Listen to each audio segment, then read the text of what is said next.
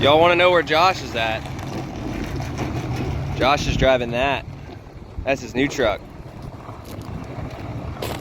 Oh, look at Joshua. What's up, brother? People aren't going to believe me that you're driving this, so I'm going to have to make a... There you go. Oh, why do you... Because I need to prep for next week. So, I'm going on the road on Tuesday. Quick 4,000 mile round trip. This needs to go here. That needs to go up on the hill so that they can pick it up. We're bringing the 12 valve, the green truck here, and we're putting the 6.0 here. So the 6.0 is getting a turbo. The green truck, we're pulling the motor. Josh is joshing. And Hazel, you're just along for the ride. So I'm gonna go up on the hill. We're gonna go try to grab that. And actually, I'm just gonna take the Ford up because I need to take it up there anyway. All right, so we got the 12 valve started. Josh's truck stuck in second gear. We got the 6.0 back in the shop, and then this parked here. No, it's not hitting, it's just really close. He has the backup camera, so they can come get that whenever. And then, yeah, we're gonna put that in the shop, and Bertha's coming down. All right. It's tight, but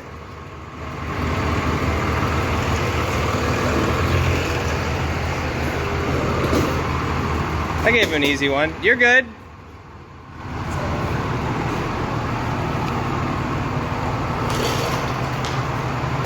So we're gonna put that right here. Cut it.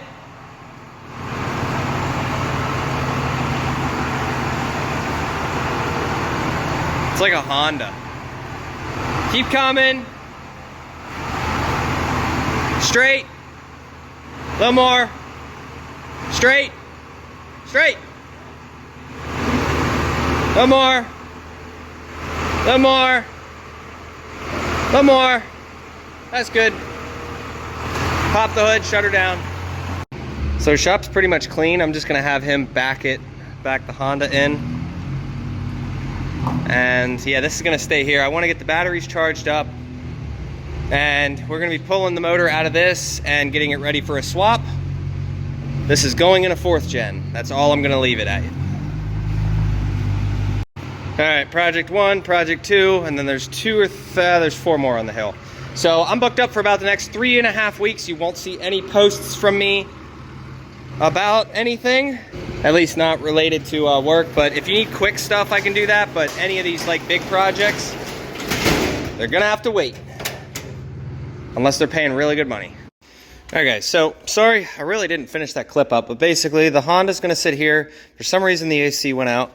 I don't think we leaked Freon, so I gotta figure out what's going on with that. I don't know if it's just the controls or whatnot. But this thing, we're gonna be pulling motor. I'm getting the batteries charged up. It's like 3 in the morning now, so I just got in here. I wanted to do some organizing. And then this, I'm gonna be calling him tomorrow, or actually calling to get a price on a turbo. Found out why this was off. The guy who was driving it pulled it off to check and see if there was any oil in the intake. There's definitely a lot of oil in the exhaust. You guys will see down there, I had to put some floor dry down, but with the tools that were in this, I didn't want to leave it outside, and this is gonna be the first thing we work on when we get back on the 2nd. And then this is the next project. So if anybody here is interested in anything to do with this truck, the only thing is it will not have a motor. It is a 47 something. I don't know if it's an RE or RH. And I don't know the weight of, yeah, so this is a 97. So, well, 12 of 97. So you guys tell me what trans you think is in it, because I cannot remember for the life of me which automatic was there. But it's pretty much a shorty. I mean, this thing would be cool for one of you guys to do as like a drag truck or something, or if anybody's interested in this heavy ass bed. The guy is willing to sell anything, and you can see right about there is where they shortened the frame. So it's a very relatively low mile chassis, 41,000 miles. So like I was saying, this motor is going in a 2012. And then we just got to figure out what transmission he wants to pair behind it. I cannot for the life of me remember because I've been so busy. So pretty much get that out, and then we're going to try to go for about 350 horsepower reliably. So we're going to be getting rid of the turbo and the manifold, doing something new on that. And anything that can fail on this motor, we're going to be taking care of. Probably do a set of valve cover breathers and get rid of the one in there, do a valve adjustment, the whole 9 yards, go over everything and reseal everything and just check it out. So there'll be that and the turbo, and then this, probably second channel things, I don't know yet. So pretty much just getting ready at this point. I do got to grab some batteries before I go on the road. I'm getting low on Milwaukee batteries. I've got like one left that's in good shape and then one left that I had to tape back together. So yeah, I think this one here had to tape this thing back together. So yeah, we're getting low on batteries. So I'm gonna be ordering a new set of batteries and another drill. So getting all set back up in the shop. Everything's pretty much done project-wise. So now we gotta go and wash Bertha. Hazel's so stinking cute. She'll be like sitting there. She knows I'm coming. She knows I'm a-coming. So we're gonna go wash Bertha quick before I go home. I got a couple of rags for like things like the dash, and I probably, we'll see, I'll probably vacuum this thing today because dog hair. Also, VGT noises.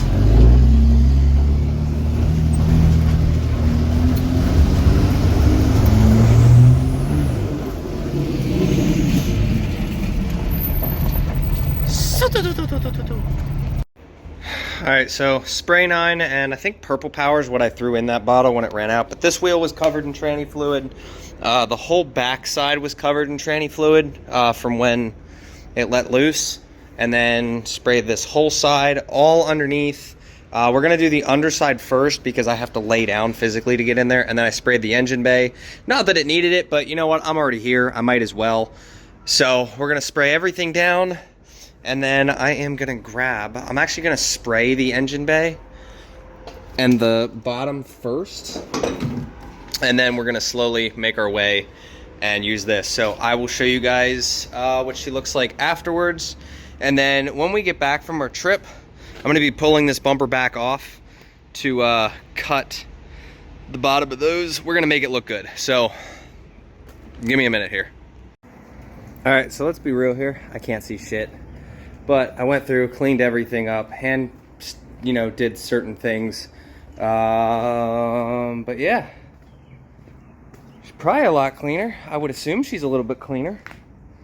Cleaned the mirrors, cleaned the side steps, cleaned, sprayed underneath. This paint job's kind of ass. This side's not as bad, but over on the other side, we're definitely peeling some, which isn't a big deal because, I mean, temporary truck, who gives a shit, right? Just a work truck. You can see like white here, white here. It doesn't bother me. As long as mainly the truck is black, that's really all I care about. But the bed's gonna be the first thing.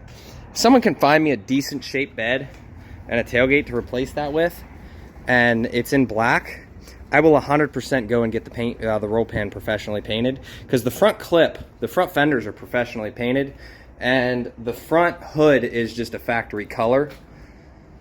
And obviously we're gonna try to find the factory matched bumper, but in the meantime, she looks all right as is. Let's, yeah, it doesn't really help much. So, and the LED headlights are going out, so I'm just gonna go put some halogens back in it, but these are the housings you want if you're gonna put LEDs in them, but you gotta get the right bulbs. No resistors on these things, they suck. So, also, boost auto lights. I have, anytime I'd use Part Sam or any other company, they'd go out in a year, and I think we're damn near the year mark for those cab lights, and I know the boost mirrors we've had for over a year, and I have had no problems with them. So the only thing, I'd like to get the visor back up there, but also, if any of you guys can reupholster a seat, I'm thinking about like that black suede shit. If any of you can like reupholster my front seats, let me know. As long as you're not like 1,000, you know, 2,000 miles away. But anybody on the East Coast, let me know. I would love to get my stuff reupholstered because now that she's no longer a puppy, she doesn't eat my seats anymore. Okay, so I would have felt bad posting just that little bit of like randomness. I was gonna throw a couple other clips in there and I kind of just didn't really get time to film. But we're heading down to Florida now, but I gotta go up to northeastern PA. Finish up some stuff up there, get paid from a customer up there, and then we are heading down to Florida, and then from Florida we're going to be heading over to Texas. And then, so pretty much when I get down there, picking up a boat, then we're headed to Texas, dropping the boat and picking up a new boat in the same exact spot, and then driving back to Florida.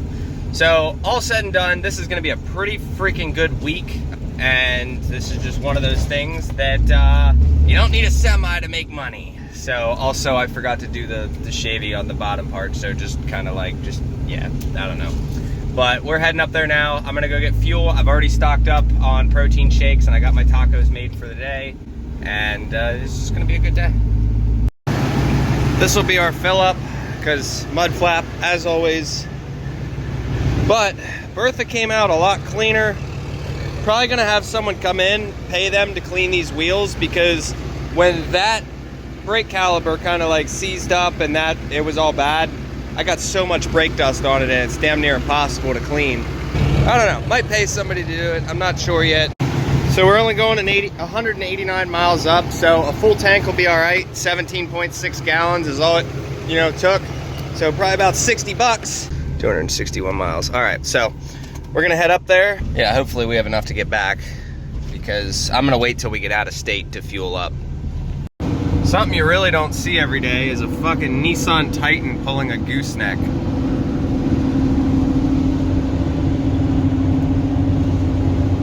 That's fucking... Can't say I've ever seen that before. I mean, it's only a single wheel one, but... Oh, okay, yeah, we're doing that. Before we go home, and then we are going to Florida. But BD is sending me... Actually, they already sent it. They sent me a new file for this controller, and I'm going to show you guys something here. I smell diesel. Also made me some tacos, but apparently they can send you update files for this little box. So we're going to be getting that updated and better file. So pretty much what's happening, and this truck is not getting shut off the whole time unless very rare. But what's happening is anything in between 16 and 1900 RPMs, it kind of just stutters. And that's because I'm not using their turbo. So they have a 64 and a 60 millimeter, and this one's a 63 from Fleece, completely different exhaust turbine, all that. So they already sent it. I got to check in here in my email. You can see it, we got it right here. So that's gonna be another video, but that's gonna be cool because they got rid of my low boost, like low RPM boost limit, and my upper RPM limit. So we're gonna be able to hit 45 PSI. So it's gonna be fucking sweet. I can't wait to put it on. And yeah, so unfortunately I gotta go and order a cable, so it'll probably be a week or two, but it's gonna be pretty fucking sweet because Bertha's gonna now it won't hit 32 PSI, it'll hit 45 PSI is from what I understand. And they said if there's any problems with it, they have an R&D guy. So we're gonna work on trying to get a good file. Once we have that dialed in, mind you, don't take this the wrong way. It runs great now, but it could be better. It's basically, we're just redoing the tuning on it. And then once that's tuned, then we can get the truck itself tuned.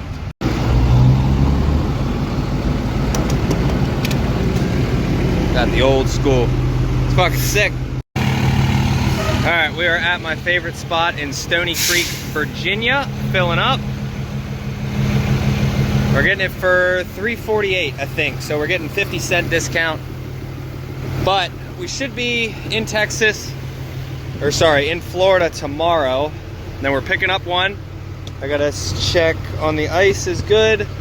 I gotta finish these tacos and finish a quarter gallon of chocolate milk. So also gonna throw those waters in here as well. So I just went and bought some waters, and then she's gonna eat. Didn't really mean to put 450 bucks in, but it just kind of took it. Making really good time there.